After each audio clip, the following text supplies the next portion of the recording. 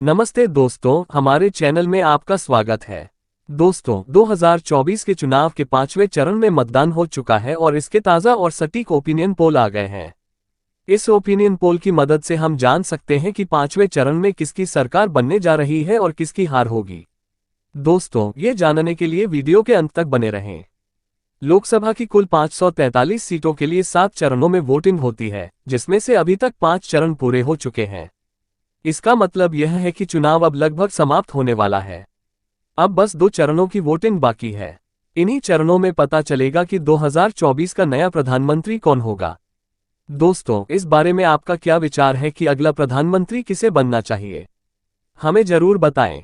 तो चलिए 5वें चरण के ओपिनियन पोल की मदद से जाने कि केंद्र में किसकी सरकार बनने जा रही है। तो चलिए अब हम बात करते हैं उत्तर प्रदेश राज्य के बारे में। उत्तर प्रदेश में देश की सबसे ज्यादा लोकसभा सीटें हैं, कुल 80 सीटें। जो भी पार्टी उत्तर प्रदेश को जीत लेती है उसे हमेशा जीत का दावेदार माना जाता है। उत्तर प्रदेश की 42 सीटें बीजेपी गठबंधन एनडीए के पास हैं, जबकि इंडिया अलायंस को 38 सीटें मिलती दिख रही हैं। ऐसा कहा जाता है कि उत्तर प्रदेश में बीजेपी हार नहीं सकती, क्योंकि यह राज्य बीजेपी का गढ़ है और बीजेपी यहां हर बार सरकार बनाने में सफल हो जाती है। अब हम देश के अगले राज्य महाराष्ट्र के बारे में बात करते हैं। महाराष्ट्र दूसरा राज्य है जहां सबसे ज्यादा लोकसभा सीटें हैं, कुल 48 सीटें। इनमें से बीजेपी गठबंधन को 16 सीटें मिल रही हैं, जबकि इंडिया अलायंस को 3 सीटें मिलती दिख रही हैं। पिछले लोकसभा चुनाव में बीजेपी ने यहां अच्छा प्रदर्शन किया था, लेकिन इस बार महाराष्ट्र में बीजेपी की स्थिति गंभीर है। उद्धव ठाकरे, जो शिवसेना के अध्यक्ष हैं, इंडिया अलायंस के साथ खड़े हैं, जिससे बीजेपी की सीटें कम हुई हैं। अब हम आगे बात करेंगे। तो चलिए अब हम बात करते हैं बंगाल के बारे में। बंगाल में लोकसभा की कुल 42 सीटें हैं, जिसमें से बीजेपी गठबंधन एनडीए को 8 सीटें मिली हैं, जबकि इंडिया अलायंस को 4 सीटें मिलती दिख रही हैं। दोस्तों, पश्चिम बंगाल में ममता बनर्जी की पार्टी सबसे आगे है और 30 सीटें जीतने का अनुमान है। हालांकि ममता बनर्जी इंडिया अलायंस की सदस्य हैं, वे पश्चिम बंगाल में अकेले चुनाव लड़ रही हैं और जीतती हुई नजर आ रही हैं।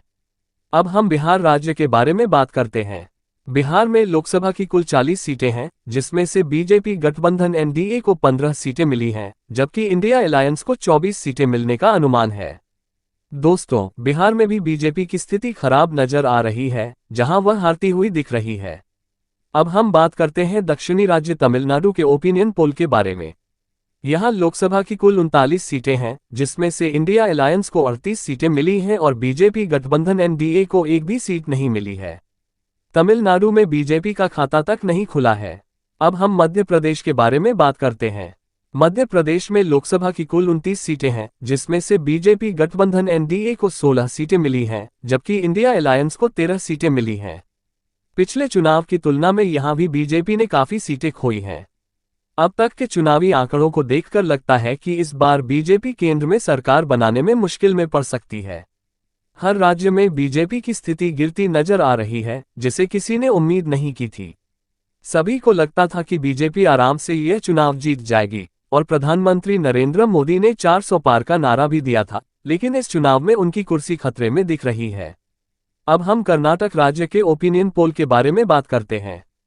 कर्नाटक में लोकसभा की कुल 28 सीटें हैं, जिसमें से बीजेपी को 14 और इंडिया अलायंस को भी 14 सीटें मिली हैं।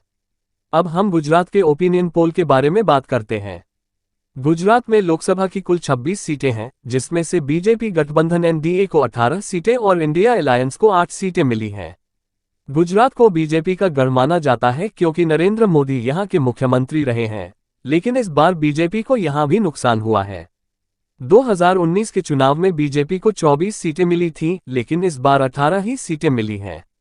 अब हम राजस्थान के ओपिनियन पोल के बारे में बात करते हैं। राजस्थान में लोकसभा की कुल 25 सीटें हैं, जिसमें से बीजेपी गठबंधन एनडीए को 15 सीटें और इंडिया अलायंस को 10 सीटें मिली हैं। हालांकि बीजेपी ने यहां जीत दर्ज की है, लेकिन उनका प्रदर्शन पहले की तुलना में कमजोर रहा है। अब हम आंध्र प्रदेश के बारे में बात करते हैं। यहां लोकसभा की कुल 25 सीटें हैं, जिसमें से बीजेपी गठबंधन एनडीए को 8 सीटें और इंडिया अलायंस को 2 सीटें मिली हैं, जबकि अन्य पार्टियों को 15 सीटें मिलने का अनुमान है। अब हम केरल के ओपिनियन पोल के बारे में बात करते हैं। केरल में लोकसभा की कुल 20 सीटें हैं और यहां इंडिया अलायंस ने क्लीन स्वीप किया है। बीजेपी का खाता तक नहीं खुला है और उसकी स्थिति बहुत खराब है। अब हम उड़ीसा के बारे में बात करते हैं। उड़ीसा में लोकसभा की कुल 21 सीटें हैं, जिसमें से बीजेपी गठबंधन एनडीए को 2 सीटें, इंडिया अलायंस को 8 सीटें और अन्य पार्टियों को 11 सीटें मिली हैं। अब हम दक्षिणी राज्य तेलंगाना के ओपिनियन पोल के बारे में बात करते हैं। तेलंगाना में लोकसभा की कुल 17 सीटें हैं, जिसमें से बीजेपी को 2 सीटें और इंडिया अलायंस को 13 सीटें मिली हैं। तेलंगाना में भी नरेंद्र मोदी की बीजेपी पार्टी को भारी नुकसान हुआ है। तो इसी के साथ अब हम झारखंड के बारे में बात करते हैं। झारखंड में लोकसभा की कुल 14 सीटें हैं, जिसमें बीजेपी को केवल 2 सीटें मिली हैं, जबकि इंडिया अलायंस को 9 सीटें मिलने का अनुमान है। यहां अन्य पार्टियों को 2 सीटें मिली हैं। अब हम अगले राज्य असम के बारे में बात करते हैं। असम में लोकसभा की कुल 14 सीटें हैं, जिसमें बीजेपी को 8 सीटें मिलने का अनुमान है, जबकि इंडिया अलायंस को 4 सीटें मिली हैं। अब हम पंजाब के बारे में बात करते हैं। पंजाब में लोकसभा की कुल 13 सीटें हैं, जिसमें इंडिया अलायंस को 9 सीटें मिली हैं और अन्य पार्टियों को 4 सीटें मिली हैं। पंजाब में बीजेपी का खाता तक नहीं खुला है। अब हम छत्तीसगढ़ के बारे में बात करते हैं। छत्तीसगढ़ में लोकसभा की कुल 11 सीटें हैं, जिसमें इंडिया अलायंस को 5 सीटें और बीजेपी को 6 सीटें मिली हैं। अब हम हरियाणा के बारे में बात करते हैं। हरियाणा में लोकसभा की कुल 10 सीटें हैं, जिसमें इंडिया अलायंस को 6 सीटें और बीजेपी गठबंधन एनडीए को 2 सीटें मिली हैं। हरियाणा को बीजेपी का गढ़ माना जाता था, लेकिन इस बार बीजेपी यहां हारती हुई नजर आ रही है। इसका सबसे बड़ा कारण हाल ही में खिलाड़ियों का सरकार के खिलाफ आंदोलन है। अब हम उत्तराखंड के बारे में बात करते हैं। उत्तराखंड में लोकसभा की कुल 5 सीटें हैं, जिसमें बीजेपी को 4 सीटें और इंडिया को 1 सीट मिली है। अब हम हिमाचल प्रदेश के बारे में बात करते हैं। हिमाचल प्रदेश में लोकसभा की कुल 4 सीटें हैं, जिसमें बीजेपी और इंडिया अलायंस दोनों को 2-2 सीटें मिली हैं। तो दोस्तों, अब हम बात करते हैं गोवा राज्य के ओपिनियन पोल के बारे में। गोवा में लोकसभा की कुल 2 सीटें हैं, जिसमें से एक सीट दोनों पार्टियों को मिली है। अब हम अगले राज्य मेघालय के बारे में बात करते हैं। मेघालय में भी लोकसभा की 2 सीटें हैं और यहां भी दोनों पार्टियों को एक सीट मिली है। अब हम अरुणाचल प्रदेश के ओपिनियन पोल के बारे में बात करते हैं। अरुणाचल प्रदेश में भी लोकसभा की 2 सीटें हैं और यहां भी एक सीट दोनों पार्टियों को मिली है। अब हम त्रिपुरा राज्य के ओपिनियन पोल के बारे में बात करते हैं। त्रिपुरा में लोकसभा की 2 सीटें हैं और यहां बीजेपी गठबंधन एनडीए को दोनों सीटें मिलने का अनुमान है। अब हम मणिपुर राज्य के ओपिनियन पोल के बारे में बात करते हैं। मणिपुर में लोकसभा की कुल 2 सीटें हैं और यहां दोनों सीटें राहुल गांधी के इंडिया अलायंस को मिलने का अनुमान है। मणिपुर में हाल ही में हुई हिंसा के चलते बीजेपी के प्रति नाराजगी है, जिसके कारण बीजेपी को एक भी सीट नहीं मिली है।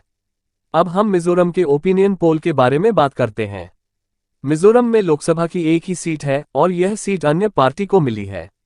अब हम सिक्किम राज्य के बारे में बात करते हैं। सिक्किम में भी अन्य पार्टी की स्थिति मजबूत नजर आ रही है। अब हम नागालैंड के ओपिनियन पोल के बारे में बात करते हैं। नागालैंड की सीट इंडिया अलायंस को मिलती दिख रही है। अब हम दिल्ली के ओपिनियन पोल के बारे में बात करते हैं। दिल्ली में लोकसभा की कुल 7 सीटें हैं, जिसमें से 4 सीटें बीजेपी गठबंधन एनडीए को और 3 सीटें इंडिया अलायंस को मिलने का अनुमान है। अब हम जम्मू कश्मीर के ओपिनियन पोल के बारे में बात करते हैं। जम्मू कश्मीर में लोकसभा की कुल 5 सीटें हैं, जिसमें से 2 सीटें बीजेपी गठबंधन एनडीए को और 3 सीटें इंडिया अलायंस को मिलने का अनुमान है। अब हम भारत के केंद्र शासित प्रदेशों के ओपिनियन पोल के बारे में बात करते हैं।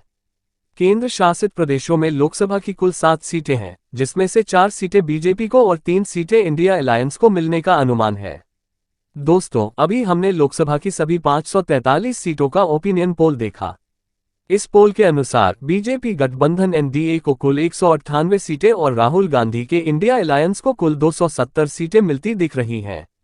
अन्य पार्टियों को 75 सीटें मिल रही हैं। इस ओपिनियन पोल के मुताबिक इस बार राहुल गांधी का इंडिया अलायंस जीतता हुआ नजर आ रहा है। दोस्तों, इस बारे में आपका क्या कहना है? कमेंट बॉक्स में हमें जरूर बताएं।